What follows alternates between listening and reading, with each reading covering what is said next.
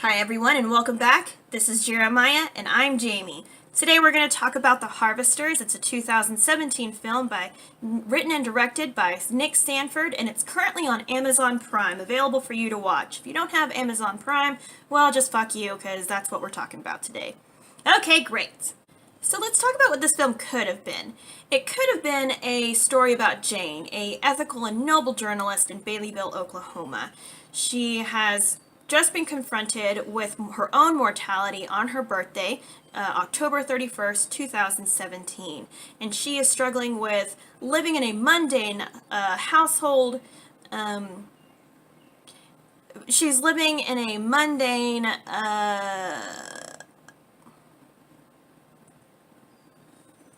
she's living a mundane life. She's not happy with her job, she's not happy with the people in her town, and through the discovery of a supernatural force in her hometown, she has a renewed sense of purpose in her life, and she decides to stay in Baileyville to fight the supernatural slash occult. Um, that's not what we get here. That's not what we get. So I watched this film twice. I watched it twice.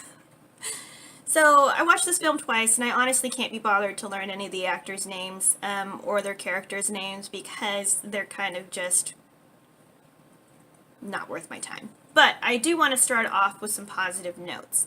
Larry, I believe that's his name, he is Jane's employee.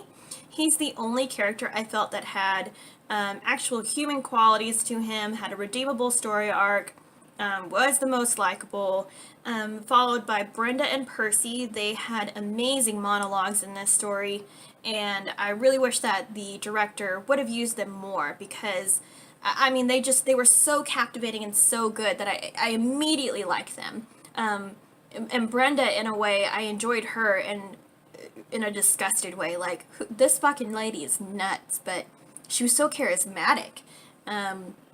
Percy was another character who I feel like was undersold because he didn't have a mic during his monologue. You could hear Jane really well, but Percy kind of had to shout, and he says the titular line, and this was supposed to be the positive part of the video. I liked the actors. I thought that they were great. I thought with what they were given, they did a great job. Larry especially. He's my boyfriend. And I'm not going to apologize for that. So, okay, we'll move on. The directing in this film is interesting. So, what we're given as far as like visuals are long shots of characters who aren't saying anything. We get a couple of shots of people walking away from the camera because cool, that's exactly what I want, is to watch people turning and walking away and hearing their conversation. That makes a lot of sense. Though this film also doesn't progress the plot very well. So what we actually get is we get our characters to move locations, and then they're kind of just given information, and that's what propels the plot forward. And it's horrid. It's so blatantly horrid that it's stuttering.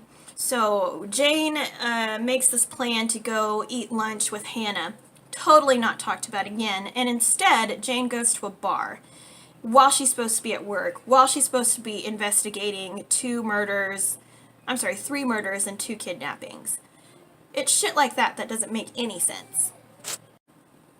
So in this timeline, this is supposed to be occurring in a single 24-hour time span, which could create tension. You know, your time's running out, you gotta find these girls before they're burned alive. That would make sense. But what doesn't make sense is the lack of a sense of urgency. There's a lack of sense of urgency with Jane as she fucking farts around work in her town. There's a lack of urgency with the other adults in the film. The police chief, Brenda, all the parents,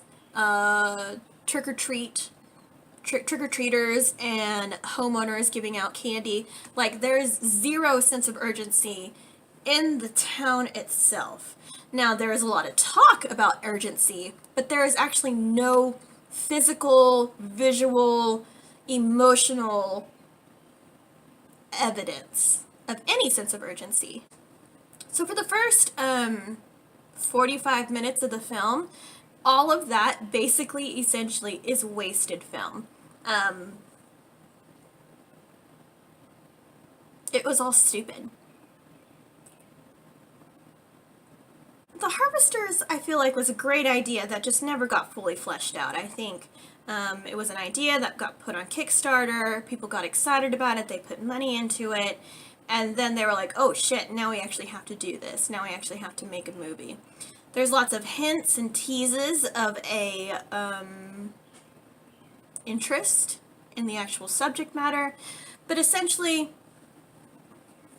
it's just this idea of the Harvesters, and how do you get your characters to get to the Harvesters, how are the Harvesters affecting the town, and that's never fully fleshed out. As a matter of fact, it almost seems like secondary to all the other bullshit happening in this story.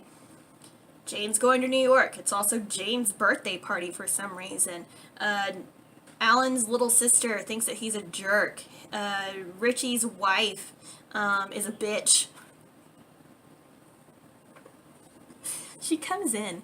So their daughter, Rachel, wakes up and she's playing with her dad, who's on the couch, and then the mom comes in and like, it sounds like people are dying in here, and it was like, literally no. They weren't even like loudly talking. They were having a nice father-daughter moment, and you just came in and were just a terrible bitch.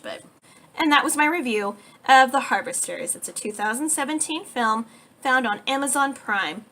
Give it a watch. I mean, if you're gonna have friends over and you want to watch a bad movie and talk about it over spaghetti, this would be a great film to watch. It also features a lot of local Oklahomans, which is kind of cool. Shout out to Andrea Jones. And that's kind of it.